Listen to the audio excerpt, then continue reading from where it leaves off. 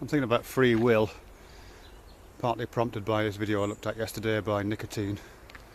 I think that's how you pronounce his name anyway. Good, it was a good video actually. Lots of good ideas in circulation there to do with chance and randomness, decision making,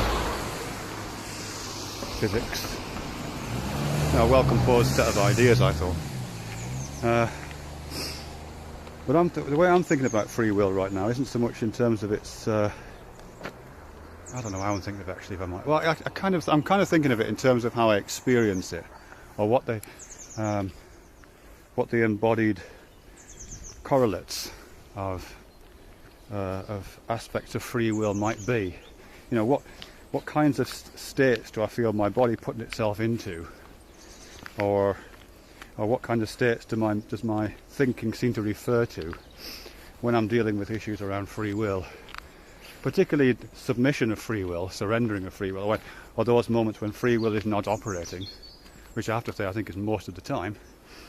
And converse to that, the times when free will seems to be most evident, which is moments of fully conscious decision making, the Sophie's choice moment. Because I think whatever free will is, it seems to operate between those parameters, between moments of its complete absence and moments of its most telling presence. And in terms of the absence of free will, the kind of bodily or embodied conceptual sense I have of that, it feels a little bit like running. I've spoken about this before actually, but the embodied feeling I have when free will is not in operation. And I should say, by the way, I'm not talking about compulsion. I'm talking about being compelled, and that's slightly differently. But when I'm operating without my free will apparently in operation, it feels like running, particularly running down a hillside.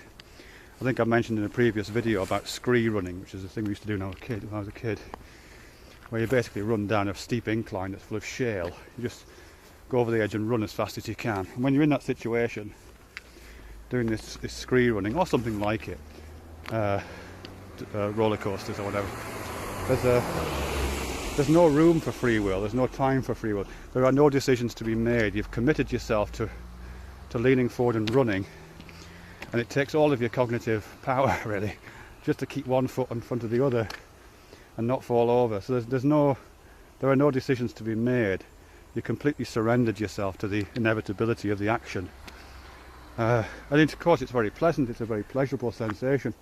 It has that kind of, when you get it right, it's a bit like that effortless action that Stink's talked about in Chinese philosophy. Wu Wai, I've got a feeling it's called, but it is a little bit like that when you're just in flow, I suppose, or it has those kind of feelings to it. So there's no free will operating at all. The converse to that, the one where I think free will is at its most evident, as I say, is decision making. And I think appropriately the embodied sense that I have of decision making, particularly difficult decision making, is this sense of being halted and being frozen, you know, almost immobilised sometimes. And I think we do kind of talk about it in those terms, don't we? We talk about hesitating, or we talk about being caught on the horns of a dilemma, or being stalled, or something like that. These are the kind of terminologies I think we use when we're talking about decision making and difficult decision making, which halts us in our tracks. You know, we stand with the fridge door open and a can of Pepsi and a can of Tango side by side of the fridge, and we don't know which one to reach for, and we just freeze for a moment. So it's this moment of stasis, the complete opposite of the leaning forward and running as fast as you can moment of total absence of will. Yeah, so it's something like that. I mean, the strange thing about this frozen moment, I think, well, there's two things associated with that for me. The first thing is this rather strange thing about the frozen moment of decision making when free will seems its most acute. It tends to only happen actually when the difference between those things is minute. I mean, like freezing in front of the fridge but about a can of Tango or a can of Pepsi, it's not a life and death decision, is it? Let's face it. The decision is minute and actually could be solved by a coin toss. and retrospectively you'd probably think you made the right decision and be perfectly happy with the decision afterwards.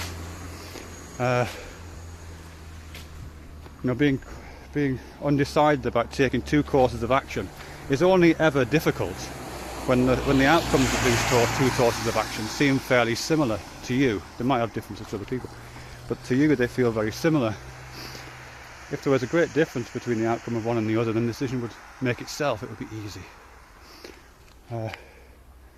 So I think there are, as I said, the most acute moments of free will in operation, at the moments of most conscious choice, tend to be about decisions between things which are almost exactly the same. And that moment of freezing isn't about being confronted by massively different choices at all. It's by very simple choices. I'm just wondering there, this is kind of a sidebar issue, whether there's a correlation between that frozen moment in front of a set of multiple choices, has some similarities to those other frozen moments, the moments of being awestruck or the moments of being overwhelmed by some majestic, sublime experience. Are those experiences suggestive of an infinite number of closely matched decisions? I don't know, it's probably outside the remit of what I'm talking about. But either way, the other thing I think holds. So I guess what I'm saying there is a lot of decisions in our lives, I think, a lot of our embodied experience, which maps onto our understanding of free will, seems to be in some kind of scale between the free flow of scree running and commitment and no free will in operation, and the highly frozen moment of decision making. But it's probably worth adding that given that our brains are parallel processes, not serial processes, given that the activation patterns in our brains are more like the flights of flocks of birds or swarms of bees than of single pulses of some kind of linear story, it's likely that those decisions are being made in multiple places simultaneously all the time, at a neuronal level probably, but also probably at a conceptual level somewhere in our cognitive recesses. A little bit like coin tosses, but it wouldn't be experienced as coin tosses, it would be experienced as a series of haltings and stumblings and occasional fallings and runnings. Yeah.